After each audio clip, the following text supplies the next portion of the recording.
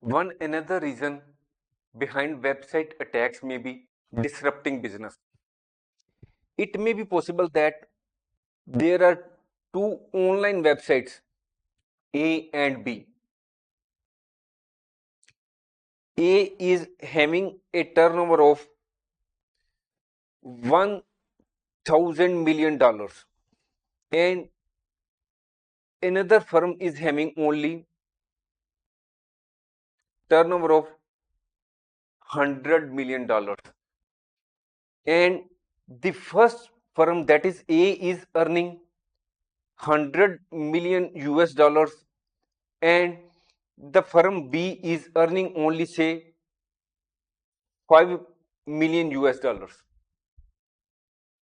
It may be possible that the firm B, which is selling also its products or services online as sold by A, the owners of website B may think that it should disrupt the business of A.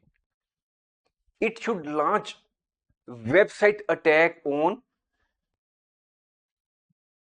firm A.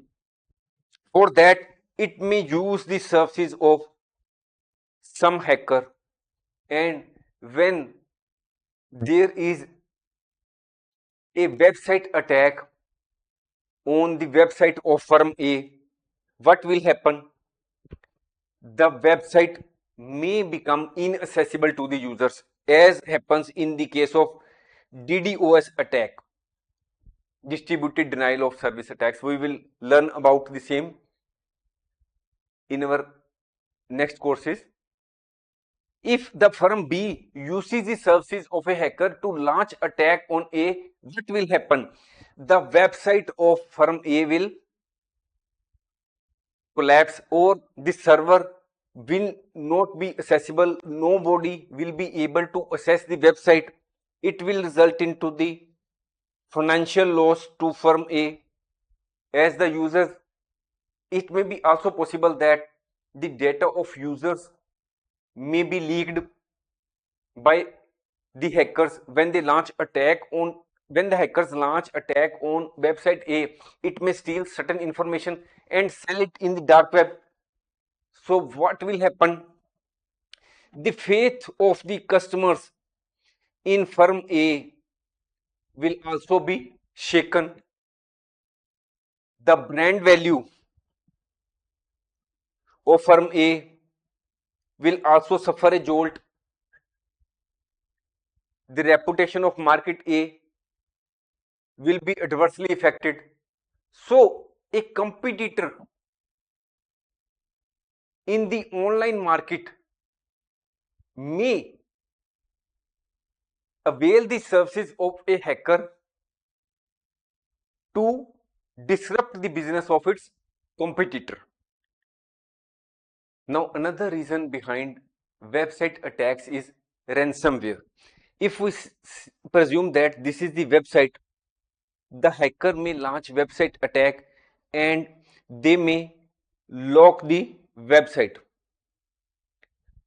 and we may not be able to have access to the files. Then it may be also possible that all the files which are lying in the website get encrypted.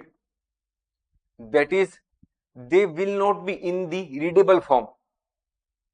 Now we will be in a position to access the files which are lying there on the website, but that will be encrypted by the hackers. So to unlock the system or to get the access to those files which are on the websites in the original form, the hackers will demand ransom. Just like in the real life, the thieves or dacoits demand money to release the hostages. In the same way, the hackers held the website hostage, or they encrypt the files of the website and demand ransom so that they can release the website or unlock the website, or they can decrypt the files and return this access of the website to you. So ransomware is, in the case of ransomware, they infect the system, data gets logged, and they demand payment, which is ransom. Average time for infection to ransom demand is 15 minutes. It means that when the ransomware attack is launched on a website, normally the hackers demand money within 15 minutes of launching the ransomware attack. And it has been stated that a large amount of money was demanded in WannaCry attack. So ransomware is also one of the reasons behind website attack. Now the topic before us is trial and error, how brute force attacks target websites. What is, firstly the question is, what is the meaning of brute force? Brute force means using excessive force or power to achieve something. It is not that we come together in large numbers and go to a website administrator and forcefully take the login credentials of the website. It is not that. In the case of computers, or in the case of website security or computer security, brute force has a specific technical meaning. It is a hacking technique in which hackers use specialized software to automatically try many different password combinations or encryption techniques until they find the correct one. What does it means? It means that the hackers make use of automatic facility or automatic software which tries different passwords on while logging into the website, different passwords. And as it is a automatic software, the software automatically uses one password after the other until it finds the correct password, so that it can log into the website. What is brute force attack? This is the picture before you. This is the hacker, and it is making use of automatic tool, and multiple login attempts are being made, and ultimately he becomes successful in logging into the website, and the hacker has unauthorized access to the website. We can compare the brute force attack with an example. Suppose there is a thief and he is having multiple keys with him, and this is the lock.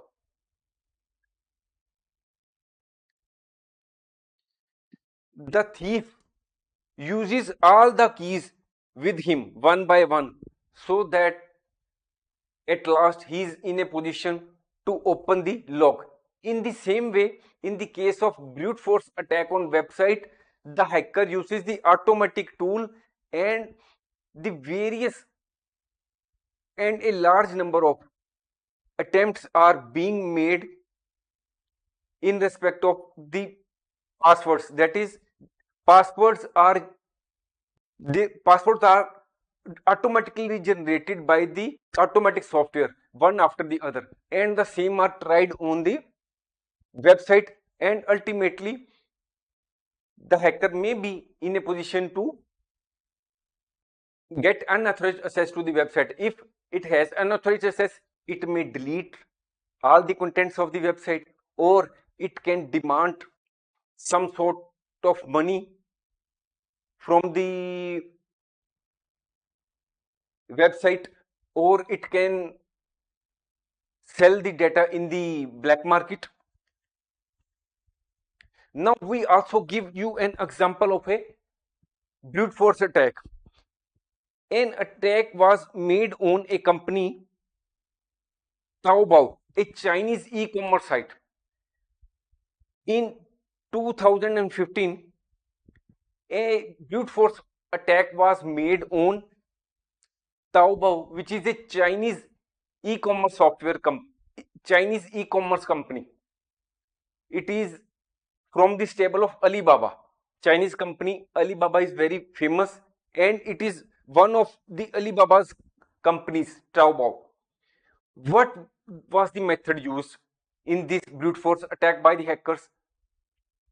Hackers made use of had collected a vast collection of user credentials of about 99 user credentials. It was having username and passwords. The hackers were having 99 million user credentials with it, which they had collected from the past many attacks.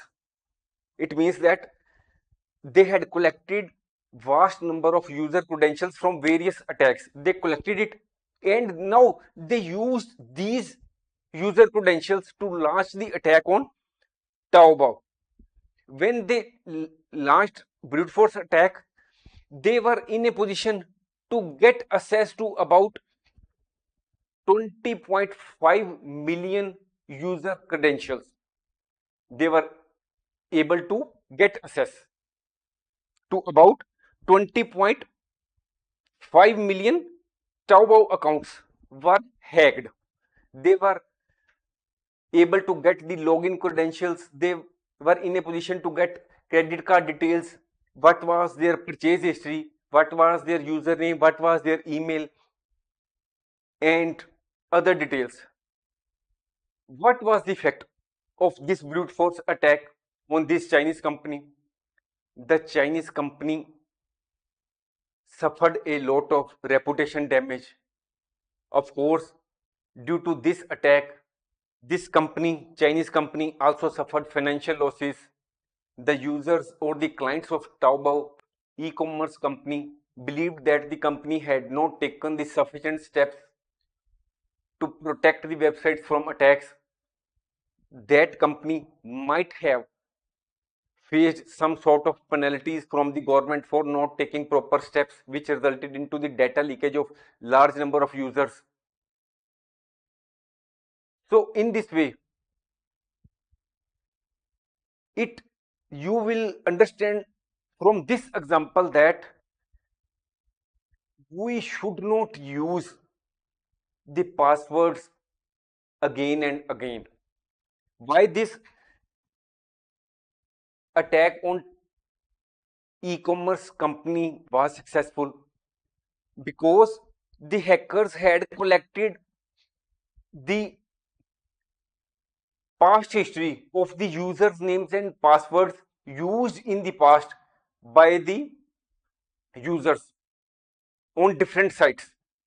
They collected it and used it. If it may be understood with the help of an example, suppose we are having sites, five banking accounts, or two bank accounts, or two insurance accounts, and we are using different passwords or changing it in this way. From fifth site we are using, then while changing the password we are using the account of fifth site to first site, and in case of second site we are using it in fourth site. That is, we are rotating the password, but we are not changing. We are rotating the password from one site to another, second to first, first to five, is in this way. The hackers in the case of this Taobao attack made use of this weakness of ours, because we keep on changing the passwords which we have already used in other sites. We make use of that. This was the weakness which was being which was exploited by the hackers in the case of this attack. So we must remember that we must use strong passwords. We must keep unique password for each website. The password should not be no password reuse. If a password is used on one website, should not be repeated or used on another website. In this way, we can only by keeping a strong password and not repeating it in on other sites, or not repeating it at another date on the same site, will protect us from the brute force attack, or will protect our website from hacking. Thanks for watching. If you like our course, please spare some time to give a star rating to our course.